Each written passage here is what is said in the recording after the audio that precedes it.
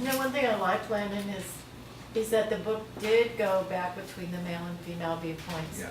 You know, because when Diane was writing the writing class, I heard a lot of her side, but when I read the book, I saw the same events, but like in a kaleidoscope from a different pattern, a different viewpoint, because of your viewpoint coming into it.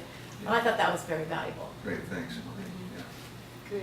Anybody else want to say anything about what got you here today? You know, what grabbed you from the newspaper or anything? We're just always curious. We want to make sure we address that. Hi, Larry.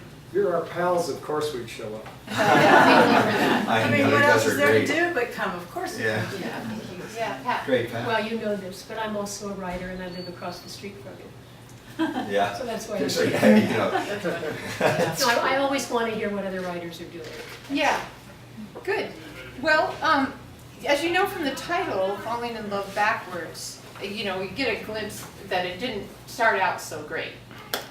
It started out really in 1979 when I met him. He was an S trainer and leading this really dynamic course up in Kirkwood where we had to jump off a mountain on a zip line. And this was in 1979 before ropes courses were really common. You know, now my grandkids do ropes courses in their summer camp. But in those days it was a big deal to jump off a mountain on a zip line, especially for me because I was afraid of heights. And then we had to rappel down a cliff, which was even worse because at least when you jumped off the zip line, you were done and you could just go, woo, you know, but the rappel, you had to like, oh my gosh, you know, stay awake for however long. And then we had to pull ourselves across the canyon.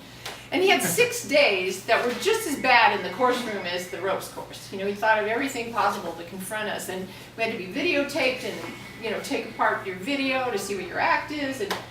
But I thought, wow, he's an incredible guy. You know, I mean, after the 6 days, I was like, whoa, I'd never met a man like him that was, you know, really well-educated and classy and intelligent and been to India, but he was committed to helping people. And, you know, so I thought, wow, he's really cool. And so then 30 years, he's married, I'm married. 30 years later, I think of him out of the blue. And I always trust those things, those intuitions and those hunches. That's what got Sparrow here today. And I wonder whatever happened to that guy. He was so amazing. And it was because I was writing in my journal and I was thinking doing a really deep dialogue with myself, and it was about using my gifts. And he said to us on the last day of that, use everything you've got to make a difference in life. And I was like, yeah, that's cool, you know, that's what he's doing.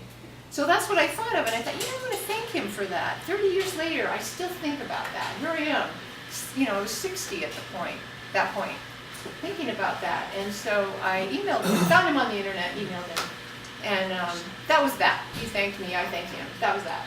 But then he had this book that he'd written called Living Awake, and I ordered that. And I did look at his picture on the website, and I thought, wow, he's still so cool. I really did. I thought, he's so cute. And he looks kind of vulnerable. You know, like, I wonder what the last 30 years have been like. And, oh, and it says he has 3 kids and he lives in New Zealand. I'm like, New Zealand? How much farther away can you get? You know, he's still barely on this planet.